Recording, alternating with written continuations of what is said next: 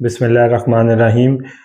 आज के इस लेक्चर के अंदर हम लाइन इंटीग्रल के फार्मूले को ड्राइव करने की कोशिश करेंगे और लाइन इंटीग्रल की डेफिनेशन को इस्टेब्लिश करने की कोशिश करेंगे। तो हम स्टार्ट लेंगे कि हमारे पास एक कर्व है, ये हमारे पास एक कर्व आ गया ए बी, और ये जो कर्व है ये स्पेस के अंदर डिफाइन है।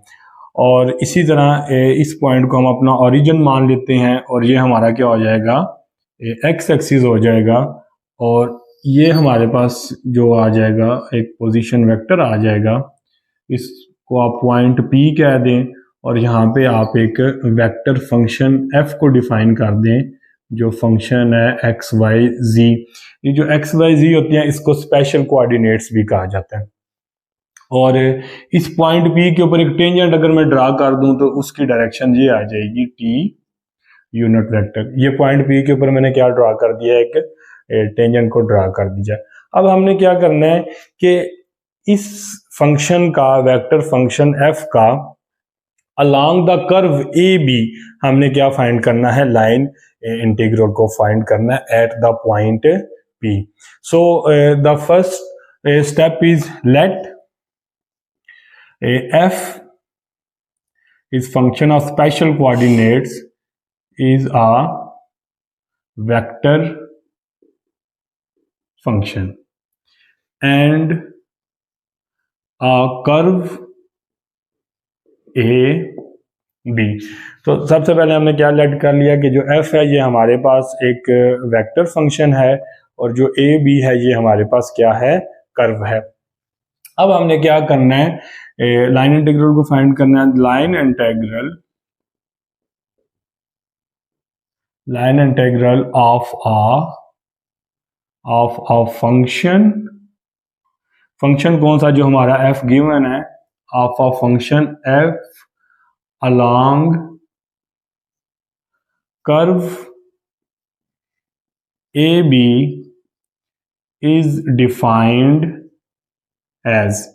जी अभी हमने अपने लाइन इंटीग्रल को डिफाइन करना है। Line integral of a function F along the curve A B is define as. तो बेसिकली यहाँ पे लाइन इंटीग्रल क्या होगा कि ये जो हमारे पास फंक्शन है, एफ फंक्शन है, this is a vector function and we take the component of F function along the tangential direction या along that we take the component of f function along the tangential direction। इसको हम ऐसे भी कह सकते हैं कि we take the projection of f function along the tangential direction। ठीक हो गया। और जो प्रोजेक्शन होती है, या जब हमने एक वेक्टर का दूसरे वेक्टर के अलोंग कंपोनेंट लेना होता है तो उसके लिए हम क्या यूज करते हैं, डॉट प्रोडक्ट को यूज करते हैं। तो यहाँ पे फिर लाइन इंटीग्रल क्या हो जाएगा, of a vector function along the curve A B is defined as this is the component of F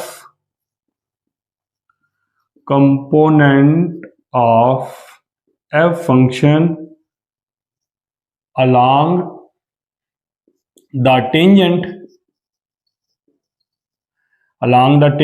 to the curve AB at point P। और इसको मैं अगेन कह सकता हूं कि हमने बेसिकली क्या करना है, जो f वेक्टर है इसकी जो प्रोजेक्शन है वो इस वेक्टर के अलोंग लेनी है, जो हमने टेंजेंट वेक्टर ड्रा किया यहाँ पे, और उसकी डायरेक्शन क्या है, टी यूनिट वेक्टर। तो इसका फिर फार्मूला हमारे पास क्या बन जाएगा, ये बेसिकली हमारे पास क्या बनेगा, F vector dot T unit vector. Dot product की थ्योरी के अंदर हमने इस चीज को पढ़ा हुआ है कि अगर एक वेक्टर का दूसरे वेक्टर के अलोंग आपने प्रोजेक्शन लेनी है तो उसका फार्मूला क्या होगा, एफ डॉट दूसरे वेक्टर की जो डायरेक्शन होगी उसका हम फंक्शन के साथ क्या ले लेंगे, डॉट ले लेंगे। तो ये हमारे पास आ गया F dot T unit vector. अब जो टी यूनिट वेक्टर है ये बेसिकली टेंजेंट की डायरेक्शन को शो कर रहा है, और क्लासिकल मैकेनिक्स के अंदर हमने एक रिजल्ट पढ़ा हुआ है, वो ये है कि जो टी यूनिट वेक्टर होगा ये बराबर होगा D R over D S के। अगर आप इसकी डेरिवेशन देखना चाहते हैं तो आप क्यू के गोरी की बुक है, क्यू के गोरी, इसमें चैप्टर है कैनामेटिक्स का। कैनामेटिक्स के चैप्टर के स्टार्ट के अंदर ही टेंजेंशियल कंपोनेंट और नॉर्मल कंपोनेंट के आर्टिकल्स हैं, उनमें आपको ये फार्मूला मिल जाएगा कि जो टी यूनिट वेक्टर होता है ये बेसिकली इसका फार्मूला बनता है D R vector over D S.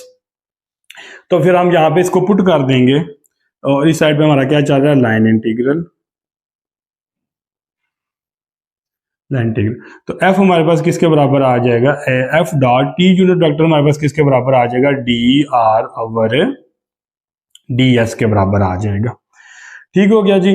अब ये जो हमने लाइन इंटीग्रल लिया ये बेसिकली हमने एक पॉइंट के ऊपर लिया है, तो हमने पी पॉइंट के ऊपर लिया। लेट्स सपोज ये पॉइंट P1 है, ये पॉइंट P2 है, ये पॉइंट P3 है, तो ये पूरे कर्व्स के ऊपर हमारे पास इनफाइनाइट मैनी पॉइंट्स हैं। तो अगर हमने उन तमाम पॉइंट्स के ऊपर ये लाइन इंटीग्रल लेना है तो फिर हम यहाँ पे किस नोटेशन को यूज कर लेंगे, समेशन की नोटेशन को यूज कर लेंगे। तो ये हमारे पास आ जाएगा F dot D R over D, तो ये हमारे पास क्या आ जाएगा, F dot D R over D S. और अगर हम कंटिन्यूसली इन तमाम पॉइंट्स के ऊपर लाइन इंटीग्रल को लेना चाह रहे हैं तो ये हमारे पास क्या फार्मूला बेसिकली बन जाएगा, इंटीग्रल। और ये समेशन इंटीग्रल के अंदर शिफ्ट हो जाएगा क्योंकि ये डिस्क्रिटाइज फॉर्म है और ये कंटिन्यूस फॉर्म है, और ये हमारे पास बन जाएगा F dot D R over D S, और यहाँ पे क्या आ जाएगा, डिफरेंशियल डी एस आ जाएगा। ये दोनों कैंसिल आउट हो जाएंगे तो हमारे पास लाइन इंटीग्रल का जो फॉर्मूला बनेगा वो हमारे पास क्या आ जाएगा, integral F dot D R. तो ये बेसिकली हमारे पास क्या बन गया, लाइन इंटीग्रल का फॉर्मूला बन गया एफ डॉट डी आर, और इसका आप क्या ले लेंगे, इंटीग्रल ले लेंगे। तो इसको हम क्या बोलते हैं, लाइन इंटीग्रल। अब यहाँ पे अगर हम इस सारे सिनेरियो को देखें तो हमें ये बात समझ आ रही है कि ये ए से बी कर्व है, ये कोई डिस्प्लेसमेंट है, और ये जो एफ है ये हमारा एक वेक्टर फंक्शन है, और अगर हम इस वेक्टर फंक्शन को फोर्स फंक्शन का नाम दें तो ये जो हमारे पास फार्मूला बन रहा है ये बेसिकली वर्क डन का फार्मूला बन रहा है। If we want to calculate work done under the influence of any force F along the curve AB, then the formula is here integral f dot dr. So this formula represent the basically work done along the curve AB, A से B तक जो हमारा work done हुआ है उसको ये जो line integral है वो रिप्रेजेंट कर रहे हैं। तो एक तो हमारे पास ये एक फार्मूला आ गया कि मैं इसको जरा रेज कर लूं।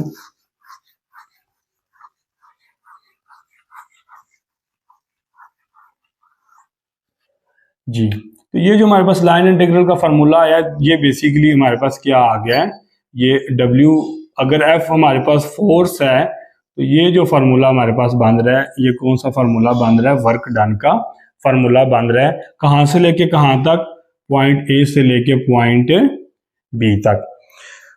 तो एक तो लाइन इंटीग्रल की हमारे पास ये डेफिनेशन आ गई, लेकिन जरूरी नहीं है कि हर दफा लाइन इंटीग्रल की हमारे पास यही डेफिनेशन हो, बिकॉज कि ये एक सिनेरियो को रिप्रेजेंट कर रहा है।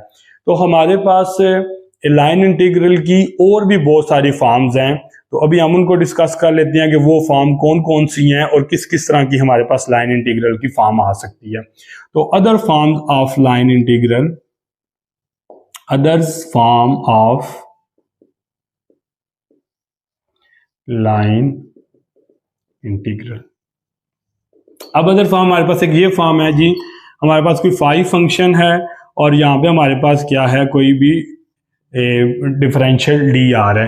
तो अगर हम इसको ओपन करके लिखें तो हम ऐसे लिख सकते हैं इंटीग्रल फाई डी आर हमारे पास क्या हो सकता है, डी एक्स आई प्लस डी वाई जे प्लस डी जी के। तो ये हमारे पास ऐसे भी हो सकता है फाई डी एक्स आई प्लस फाई डी वाई जे प्लस फाई डी जी के। तो लाइन इंटीग्रल की एक और फॉर्म है, वो ये वाली फॉर्म है जो मैंने आपके सामने लिख दिया। लेकिन अब देखें इसमें फाई एक स्केलर फंक्शन यूज हो रहा है, इसमें तो वेक्टर फंक्शन यूज ही नहीं हो रहा। तो जो हमने पहली फॉर्म कैलकुलेट की है उसमें जो फंक्शन यूज हो रहा है वो वेक्टर फंक्शन यूज हो रहा है।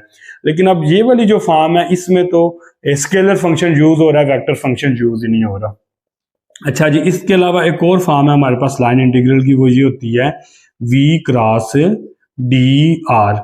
अब यहाँ पे v वेलोसिटी वेक्टर आप कह सकते हैं और डी आर कोई हमारे पास डिफरेंशियल डिस्प्लेसमेंट है, और ये बीच में क्या आ गया, क्रॉस प्रोडक्ट आ गया। तो इसको भी अगर आप ओपन करके लिखें तो ये आ सकता है v1i plus v2j plus v3k और cross product of dxi plus dy plus dz k। ठीक हो गया जी। अब अगर मैं इसमें क्लोज पाथ ले लूं किसी कर्व, इसका मतलब ये होता है क्लोज पाथ, तो ये किसी कर्व का क्लोज पाथ ले लूं और ये हमारे पास v क्रॉस डी आर हो, तो ये जो लाइन इंटीग्रल है ये बेसिकली रिप्रेजेंट करता है circulation of velocity along the close curve c। इसकी फिजिकल सिग्निफिकेंस ये है। अब इस लाइन इंटीग्रल की फिजिकल सिग्निफिकेंस ये है कि circulation of velocity v along the close curve c। इस लाइन इंटीग्रल की फिजिकल सिग्निफिकेंस ये है कि जो ए से लेके बी तक कर्व का जो वर्क डन हुआ है under the influence of some force F, this line integral tell about the work done along the curve A B. So different line integrals की डिफरेंट फिजिकल सिग्निफिकेंस है। अब ये वाला जो लाइन इंटीग्रल है जिसमें स्केलर फंक्शन को use किया है, इसकी फिजिकल सिग्निफिकेंस मुख्तलिफ होगी। तो डिफरेंट फिनोमेना के लिए डिफरेंट लाइन इंटीग्रल की डेफिनेशन मौजूद हैं। तो अभी हम क्या करेंगे, अभी हम ये करेंगे कि इन तमाम डेफिनेशंस को इकट्ठा कर लें और एक ऐसी जनरल डेफिनेशन बना लें जिसको देख के हम, एक्सप्रेशन को देख के हम ये बता सकें कि यहाँ पे कौन सा कॉन्सेप्ट यूज हो रहा है, लाइन इंटीग्रल का कॉन्सेप्ट यूज हो रहा है। तो वो डेफिनेशन हमारे पास क्या है, वो डेफिनेशन हमारे पास ये है, मैं इसको रेज करूंगा।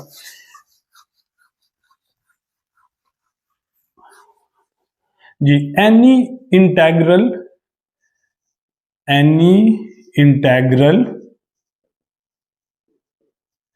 इन्वॉल्व डिफरेंशियल डिस्प्लेसमेंट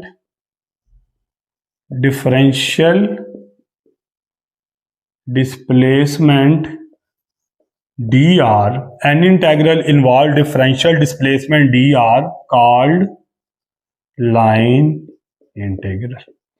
तो ये देख लें, बड़ी सादा सी और सिंपल सी जो डेफिनेशन है लाइन इंटीग्रल की मैथमेटिकली, वो हमारे पास ये आ गई कि लाइन इंटीग्रल वो इंटीग्रल होगा जिसमें डिफरेंशियल डिस्प्लेसमेंट होगा। डिफरेंशियल डिस्प्लेसमेंट क्या है, डी आर।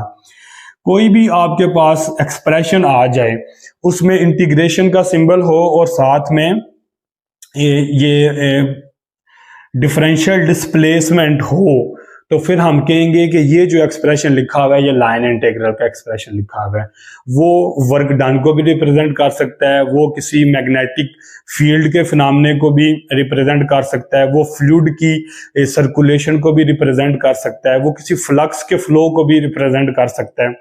तो वो फिजिकल फिनोमेना कुछ भी हो सकता है, लेकिन मैथमेटिकली आपने जो हमारा ज़्यादा फोकस है वो मैथमेटिक्स के ऊपर है, और वो ये है कि मैथमेटिकली अगर किसी एक्सप्रेशन में डी आर आ जाए, डिफरेंशियल डिस्प्लेसमेंट आ जाए, तो फिर हम क्या कहेंगे, हम ये कहेंगे कि ये जो कॉन्सेप्ट है ये लाइन इंटीग्रल का कॉन्सेप्ट यूज हो रहा है, और यहाँ पे ये लाइन इंटीग्रल है। और basically in general line integral estimate करता है अंडर द इन्फ्लुएंस वेक्टर, जो फंक्शन यूज हो रहा है उसका जो किसी भी कर्व के ऊपर या पाथ के ऊपर जो इन्फ्लुएंस है उसकी जो एस्टिमेशन है उसको हम लाइन इंटीग्रल कहते हैं।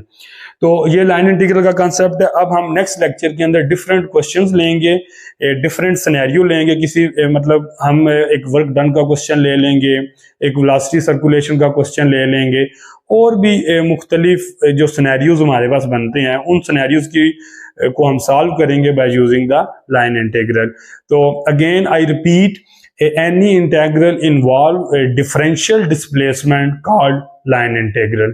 तो आज का लेक्चर यही था। नेक्स्ट वीडियो के अंदर हम क्वेश्चन सॉल्विंग की तरफ जाएंगे। बहुत शुक्रिया।